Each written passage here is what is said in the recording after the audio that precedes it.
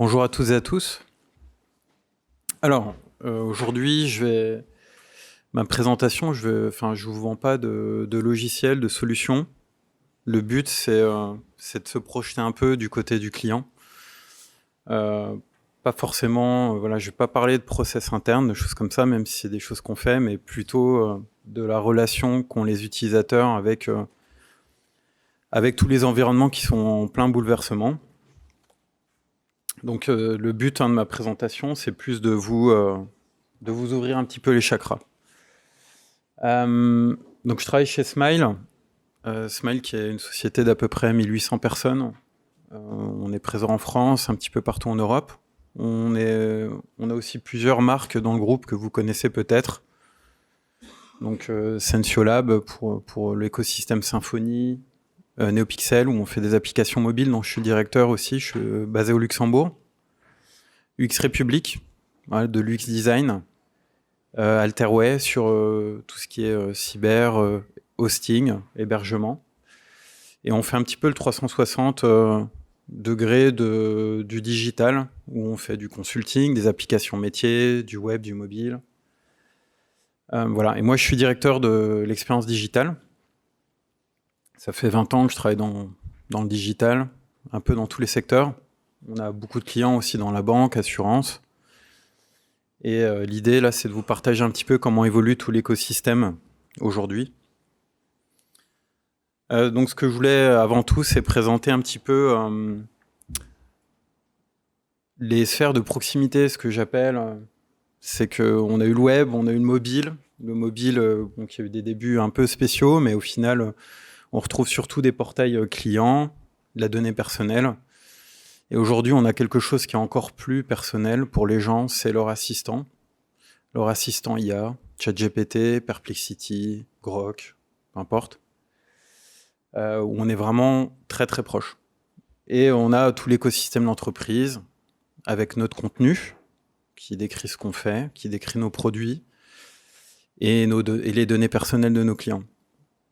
Donc ça change un petit peu la donne parce que en fait, il y a un nouvel acteur qui prend quand même pas mal d'ampleur aujourd'hui. C'est ces assistants personnels. Donc je pense que tout le monde en utilise.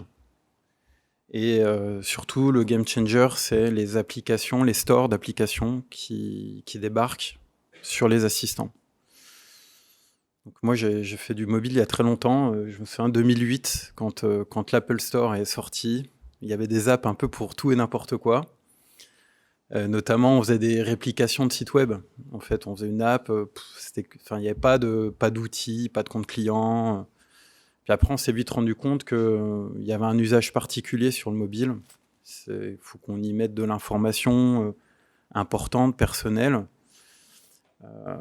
Et aujourd'hui, il y a aussi ces applications qui arrivent sur les stores des assistants.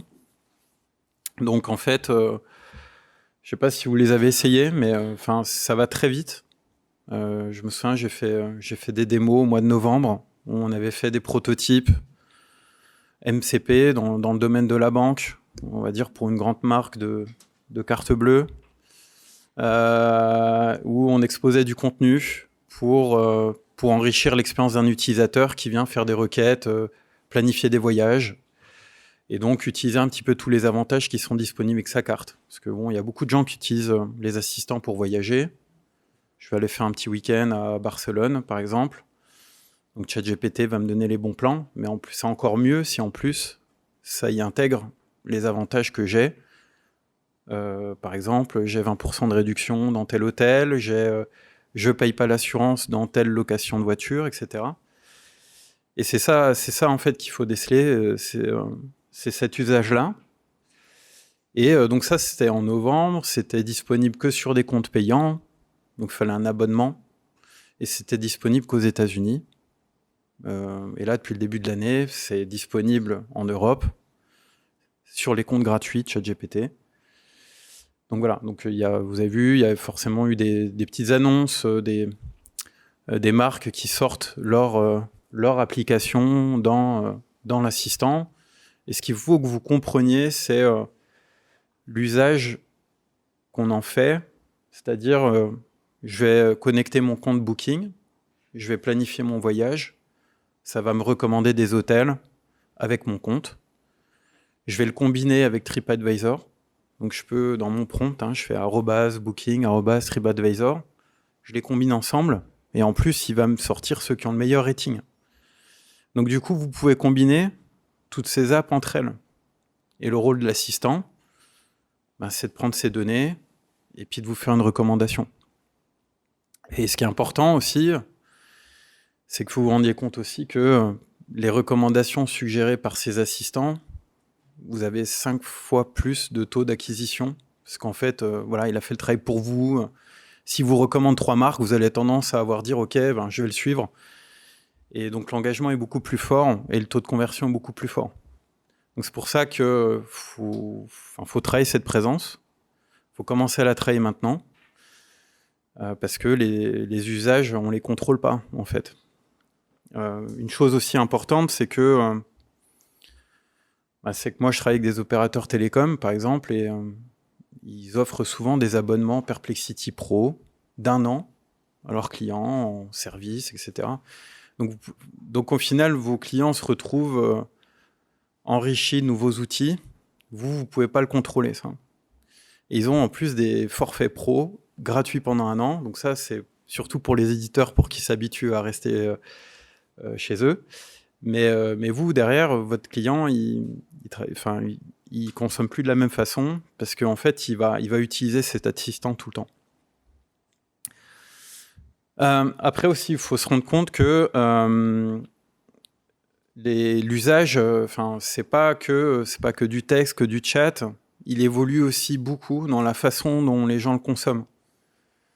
Aujourd'hui, déjà, il y a la moitié des requêtes de ces assistants qui sont du langage naturel, donc c'est-à-dire des gens vraiment qui l'ont tapé ou qui l'ont dicté. Et aujourd'hui, ce qui se développe beaucoup, c'est le vocal. Alors ça, vous n'avez rien spécialement à faire, vous, de votre côté.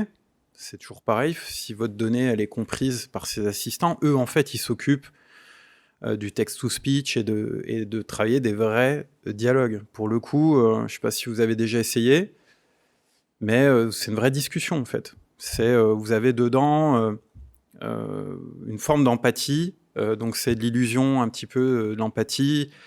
Quand vous interrompez en fait le texte qui est en train on va dire le bot qui vous parle, il va comprendre peut-être votre agacement, il va réagir avec quelques patterns, et donc vous avez vraiment l'impression de faire un dialogue. Nous, par exemple, on a fait aussi des assistants comme ça pour s'entraîner à faire de la prospection téléphonique. C'est assez bluffant. Donc, et ça, peut-être vous utilisez peut-être pas beaucoup de vocaux. Moi, en tout cas, j'ai des enfants, adolescents qui l'utilisent beaucoup. Et c'est un nouveau mode de consommation. Donc, ils font plein de petits vocaux. Du coup, ils utilisent aussi ces vocaux-là. Donc, et encore une fois, il faut bien que vous compreniez que c'est pas à vous de gérer ça, en fait. Vous devez gérer votre donnée qui doit être compréhensible.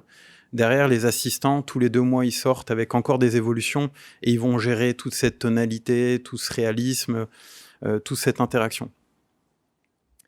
Et après, dans les applications que je vous ai parlé avant, ce qui est intéressant, c'est il y a aujourd'hui 2 modes de consommation. Donc, vous donnez votre information. Quand vous chattez, en fait, ChatGPT, ou Perplexity vont prendre en fait ce contenu, ils vont l'incorporer à leurs réponses. Mais on peut aussi maintenant développer des petits widgets. Donc c'est de l'HTML, c'est pas très compliqué, mais qui fait que vous pouvez aussi générer des visuels en fait dans ces chats pour y mettre des call to action. Et c'est là où c'est intéressant, c'est parce qu'il faut retravailler ses parcours, parce que ça, vous pouvez, selon que la personne est sur son mobile, sur son assistant mobile, le rediriger vers votre application ou sur le web, sur le site web, etc. Donc vous pouvez avoir des rebonds entre ces canaux. Et après, on va dire la dernière tendance qui arrive, alors peut-être pas trop dans le secteur banque-assurance, mais peut-être ça va arriver, mais c'est les avatars aussi. Donc au-delà de la voix, c'est aussi un personnage qui peut être plus ou moins abstrait, mais qui va symboliser en fait une discussion. Voilà, bon, ça j'ai envie de dire, un petit peu la mode aussi TikTok, etc., avec plein de mini-vidéos, et où en fait, il y a des gens qui interagissent de cette façon. Donc on va le retrouver dans certains usages. Ça peut être aussi dans certains domaines de la santé. On va gérer la tonalité, et puis on va pouvoir aussi y mettre un petit peu son empreinte de marque, voilà, sans forcément sombrer dans le transhumanisme en faisant des personnages virtuels, etc. Mais en tout cas, c'est des choses qui se développent pas mal. Donc après, si on se projette un petit peu, donc moi j'ai des collègues qui ont des lunettes méta déjà, mais à partir du moment où vous aurez des assistants offerts, ou vous aurez pris vous-même pour votre famille, après vous pourrez y accéder vraiment simplement, parce qu'on va y accéder par la voix, on va le mettre avec ses écouteurs, via son smartphone, avec des lunettes, peu importe, dans la voiture. Donc en fait, je vais pouvoir y accéder à tout moment, dans n'importe quelle situation, sur un coup de tête. Et aussi, si c'est pas les assistants eux-mêmes, ça va être dans votre messagerie gratuite, aujourd'hui, Gmail ou autre. Vous allez avoir ces assistants qui vont arriver, sans forcément aussi qu'on vous les fasse payer au début. Et toutes ces données, toutes les pièces jointes que vous avez dans vos emails, elles vont pouvoir être processées.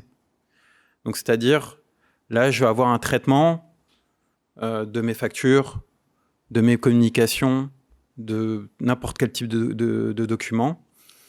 Et en fait, après, votre assistant, il va pouvoir avoir beaucoup de contexte et il va pouvoir être proactif. C'est pas vous qui allez forcément lui solliciter, lui donner les documents, il les a déjà. C'est juste un moment où vous allez gérer la permission à votre boîte mail. Donc ça change quand même beaucoup la donne, parce qu'on n'interagit plus avec monsieur tout le monde. Il est hyper augmenté. Vous l'avez déjà forcément vécu sur les contrats aujourd'hui, ou des devis, tout va être challengé. Là, il est challengé par des gens qui l'utilisent et qui lui font cette démarche, mais demain, ça va être proactif. Ils auront des agents qui auront déjà délégué ça. Un autre exemple aussi, ça va être les simulateurs, des simulateurs de crédit, des simulateurs d'assurance auto. Vous n'allez pas pouvoir contrôler le fait d'exposer ces simulateurs. En fait, vous allez devoir mettre à dispo cette donnée, accepter le fait que vous allez être comparé, être sûr de bien exposer cette donnée, parce que le simulateur lui-même, c'est même l'agent qui va se le fabriquer, qui va en faire une interface propre quand il va faire son petit benchmark et vous comparer et vous faire une suggestion. Donc on revient à peut-être 20 ans en arrière sur les sites web où l'important c'était d'être exhaustif dans ce qu'on a comme information, donc ce qu'on expose. Parce qu'en fait, ces assistants-là, c'est ça qu'ils prennent comme données d'entrée. Autre exemple, je vais recevoir un mail à 3h du matin, mon assurance habitation qui a augmenté de 8%. Avant que je me lève, mon assistant, il va le détecter, il va les rebencher, et je vais me lever le matin, il va me dire, en fait, je t'ai résilié ton assurance, je t'en ai pris une autre, je t'ai fait économiser 150 €. Moi, j'aurais juste à lui dire merci. Voilà. Ça, c'est pas... en fait, aujourd'hui, c'est pas de la science-fiction, ça fonctionne. Faut juste s'imaginer que quand je conçois un parcours, quand je retravaille mes interfaces, mon SI, mes systèmes, il ne faut pas que je le jette à la poubelle dans 6 mois. Parce que ça, ce qui freine aujourd'hui, c'est plutôt des notions de prix, des notions de mise en place. Mais avant tout, c'est pas la technologie. Ce que je vous dis là, c'est assez simple à faire. C'est plus du process, c'est plus quelles données on y met, comment on l'expose, comment on se décide à exposer quoi, comment. Donc, après, le paradoxe, c'est où est l'humain, en fait, comment je vais pouvoir faire rayonner ma marque, si c'est à travers cet assistant. Voilà, moi, je pense que l'humain, il interviendra là où la machine ne peut pas intervenir. Donc, ça va être dans des phases où on a besoin d'empathie, ça va être dans des phases où va y avoir un sinistre grave, donc on va parler de contexte familial, qu'on va parler de de réassurance psychologique, de choses comme ça. Donc, où les conseillers vont, en fait, disposer de pas mal de données, mais où l'humain, il va avoir une vraie plus-value. Et au final, on va pouvoir se reconcentrer un peu plus sur notre cœur de métier. Donc, le conseiller, lui, va forcément être augmenté. Il aura beaucoup de données, il aura beaucoup d'informations. Lui aussi, il va disposer dans l'entreprise d'outils pour lui permettre d'être plus efficace. Mais voilà, mais en fait, je pense en fait ce côté aussi conseil humain, ça va devenir un peu un service premium. On a une phase où on a beaucoup automatisé des choses. Et après, il y a des gens qui vont repayer pour avoir vraiment du conseil personnel humain, encore une fois dans certains contextes. Et après, voilà, ce que je veux surtout essayer de vous sensibiliser, c'est comment, par quoi on démarre aujourd'hui, là, maintenant. Comment est-ce qu'on peut préparer ça? Donc, j'essaie de faire un petit schéma qui est très sommaire. Mais donc, en fait, votre contenu aujourd'hui, il est scrappé par plein d'automates.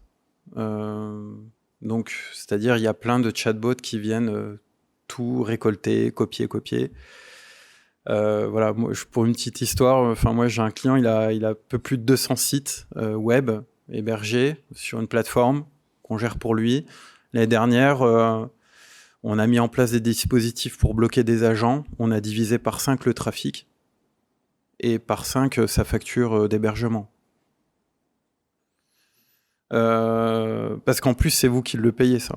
Donc c'est... Alors, le point que tout le monde dit dans le milieu, c'est 2028. 2028, il y aura plus d'assistants qui vont être des visiteurs de vos sites web que d'humains. Mais par contre, ce que je peux déjà vous dire, c'est que c'est déjà le cas pour plein de secteurs. Moi, j'ai pas mal de clients, c'est plus de la moitié de leur trafic aujourd'hui, c'est des assistants. C'est qui viennent copier des catalogues, qui viennent étudier des modèles de prix, dans le domaine sportif, qui viennent essayer de récupérer des résultats en temps réel, parce que pour alimenter d'autres sites qui eux-mêmes sont rescrapés par d'autres. Donc il y a plein de secteurs aujourd'hui où en fait on paye en plus nous pour tout ça. Donc ça c'est inévitable.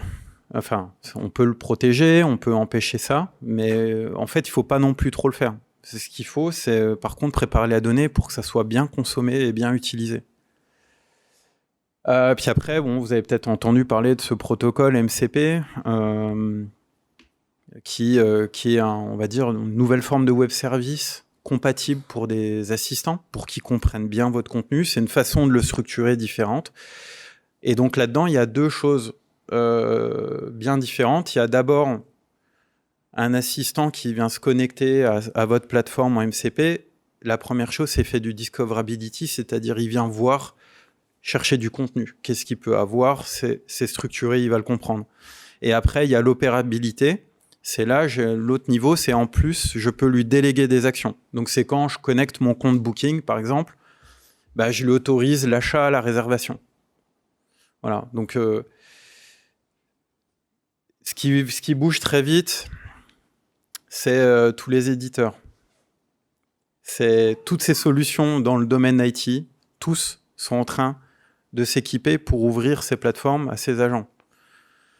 Donc tout va en même temps en fait, c'est-à-dire aussi bien les technologies sont en train d'évoluer, dans le SI, dans le système d'information, mais aussi, comme c'est aujourd'hui ma sensibilité, sur les utilisateurs finaux qui eux-mêmes ont des assistants. Alors, d'abord, je pense que la première chose à faire, c'est ce qu'on appelle le GIO, c'est travailler son référencement dans les assistants. Donc, c'est-à-dire quand des assistants viennent se balader sur mon site, c'est qu'ils arrivent de manière bien intelligible à comprendre ce que je fais. Les sites trop épurés où pour vous c'est évident que c'est une assurance, etc. L'assistant, s'il comprend pas exactement quel est votre métier, tous vos services, il va pas les déduire, donc il va pas les comprendre. Vous serez pas visible. Faut être très exhaustif. Et c'est pour ça que la plupart des assistants ont été entraînés sur du Wikipédia, parce que c'est de l'information avec beaucoup de liens de ressources externes qui citent des sources, avec des données structurées, des bullet points, de l'historique, des noms de personnes. Donc c'est le format idéal pour un assistant. Vous voyez, le format un peu... c'est pour ça aussi qu'Elon Musk, il a créé son Grokpedia.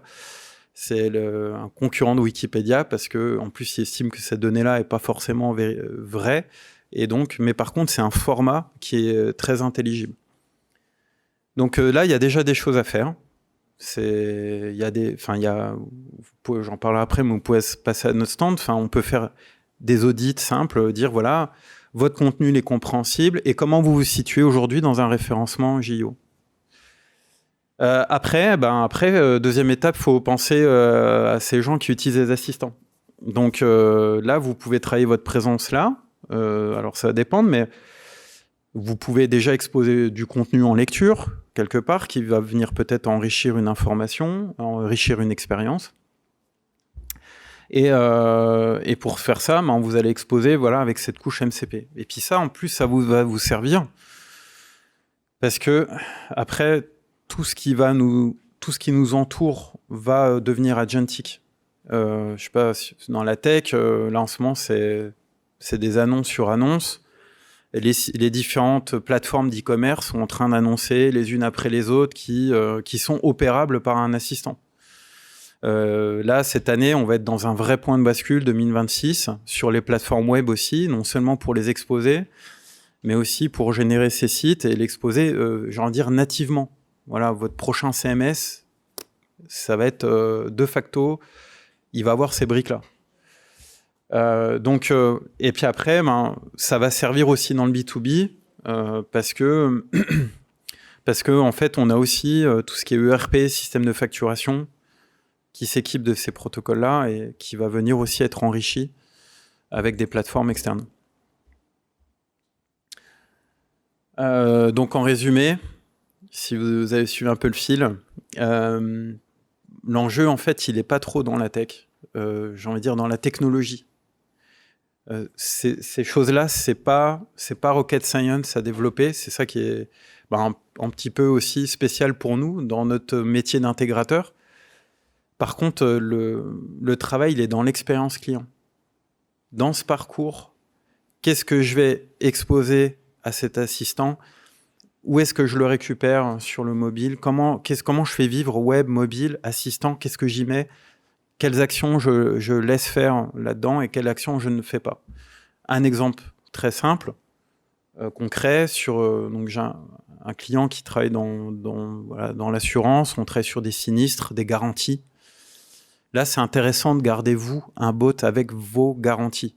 Parce que, en fait, vous contrôlez le narratif de votre contrat, de vous donner un service aussi à votre client où il va pouvoir poser des questions sur son contrat, sur ce qui est garanti, ce qui est pris en charge, ce qui ne l'est pas. Ça vaut mieux que vous le contrôliez. Par contre, après, pour tout le reste, il faut laisser la puissance, en fait, dans l'assistant des utilisateurs. Il ne faut pas investir dans les vôtres. Ah, peut-être plus de batterie. Il redémarre, je ne sais pas. C'est pas grave, j'ai fini. Mais la puissance, en fait, vous voyez, tous les 2 mois, c'est un autre assistant qui prend le dessus. Vous n'arriverez pas à suivre, en fait. Ces briques-là, il ne faut pas les intégrer dans votre plateforme. Par contre, si votre contenu, il est compatible, l'utilisateur, lui, tous les jours, il va avoir un nouvel assistant plus puissant qui va encore plus sublimer le contenu. Et en fait, votre effort, il doit être juste dans le contenu que vous mettez à disposition. Voilà. Sauf dans, comme j'ai dit, quelques cas spécifiques où vous voulez contrôler le narratif. Voilà, j'ai fini. Ce que je vais juste vous dire, donc si vous voulez voir un petit peu ce que c'est, par exemple, comment on analyse en fait ce référencement, vous pouvez passer à notre stand, le stand C4. On a fait un petit démonstrateur, avec des URL, on peut déjà vous donner un petit peu comment vous vous situez, etc. Et puis après, nous, on peut vous accompagner un peu dans toute cette expérience. Comme je dis, on n'est pas éditeur de logiciels. Le but, c'est de vous conseiller sur les meilleures solutions pour vous à implémenter dans votre SI. Et encore une fois, travailler aussi ce parcours client. Voilà, je vous remercie. Je ne sais pas si vous avez des questions.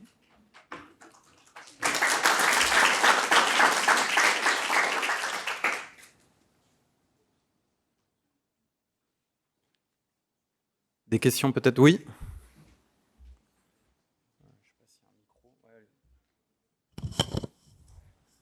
Oui, ben, merci pour la présentation. Et effectivement, en fait, ce que je retiens, c'est que principalement, la problématique qu'on aura dans le futur, c'est de s'occuper d'exposer nos données pour que ces assistants viennent les consommer et surtout la manière dont on va les exposer. En fait, si on ne le fait pas, on se coupe De vous couper de pas mal de, on va dire, d'acquisition de prospection. Oui, mais en gros, on n'a pas trop le choix. Vu comment les choses évoluent, si on passe pas par la mise en place d'un référencement des assistants qui est clair, qui est propre, qui est bien présenté, également la mise en place de MCP pour que ces assistants viennent consommer nos services. Si on le fait pas, de ce que je comprends, c'est mort.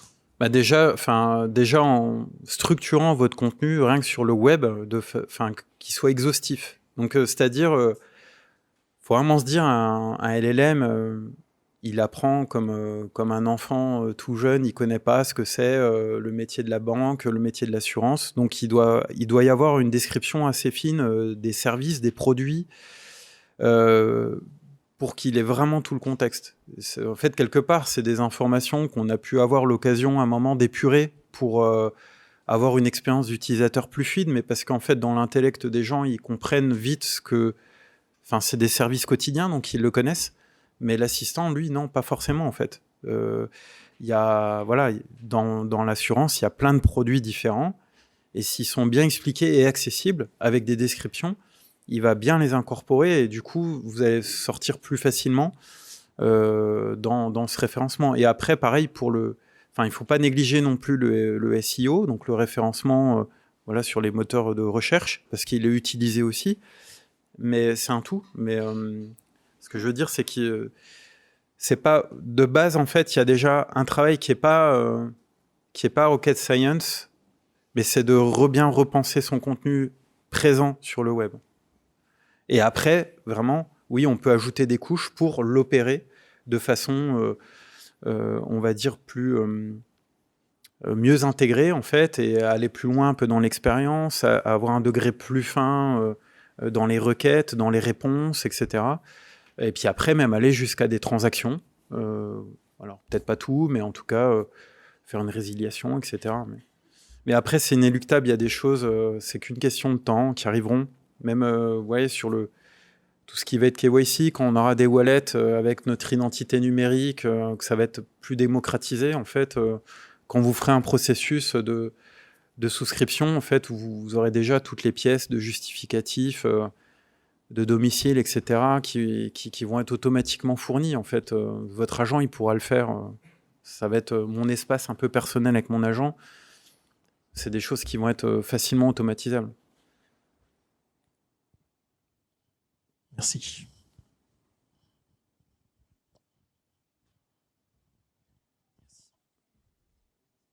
Une autre question au fond. Dans votre système, j'aimerais savoir où est-ce que vous placez la responsabilité, parce que est-ce que la responsabilité elle est chez l'agent qui se serait trompé? Est-ce qu'elle va être chez le commerçant qui aurait mal mis ses informations, ou finalement est-ce que c'est directement chez l'utilisateur final, le consommateur, qui a utilisé un agent dans un cadre inapproprié? Enfin, où est-ce que vous mettez la responsabilité? C'est une excellente question. En fait, déjà sur le modèle MCP, il n'y a pas d'agent dedans. En fait, c'est vraiment une couche d'information. Donc en fait, au final, j'ai la même responsabilité qu'en publiant mon contenu sur mon site web. C'est juste, il est plus facilement opérable. Voilà. Après, la responsabilité, je sais pas, parce qu'il faut un cas concret. La donnée, elle peut pas être erronée. Si elle est erronée, c'est que l'agent, il l'a mal compris ou il l'a modifié, il a halluciné. Ça, c'est son assistant personnel. Maintenant, après, je sais pas, il faudrait un cas concret. Par exemple, peut-être dans un calcul d'un simulateur. Typiquement dans la souscription, D'accord. ça peut être très bien la souscription d'un contrat d'assurance en ligne directement à qui vous avez donné en fait à l'agent toutes les informations. Bah là, Qu'il puisse le faire. c'est vous qui exposez quand même ce service. L'agent, il va juste se connecter à votre service de souscription qui est une sorte de web service. Donc en fait, pour moi, c'est vous qui avez la responsabilité. Parce que vous devez contrôler aussi. L'agent est que là pour faire la basse besogne, c'est-à-dire il va tout remplir à ma place, il va mettre les pièces jointes, il m'aura donné la recommandation de le faire ou pas de le faire. Après, effectivement, s'il m'a donné un mauvais conseil, c'est mon agent qui est responsable et je pourrais pas en vouloir là où je fais une souscription. Parce qu'en fait, vous contrôlez quand même les données qui rentrent.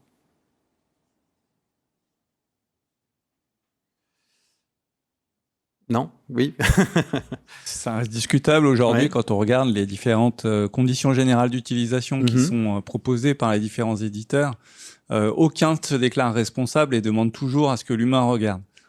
Donc, aller chercher la faute d'un tel ou d'un tel, alors que contractuellement, tous se dédouanent de responsabilité, ça va être compliqué. Merci. Je pense que le temps est passé. Je pense qu'il faut que j'arrête. Je vous remercie. Merci beaucoup.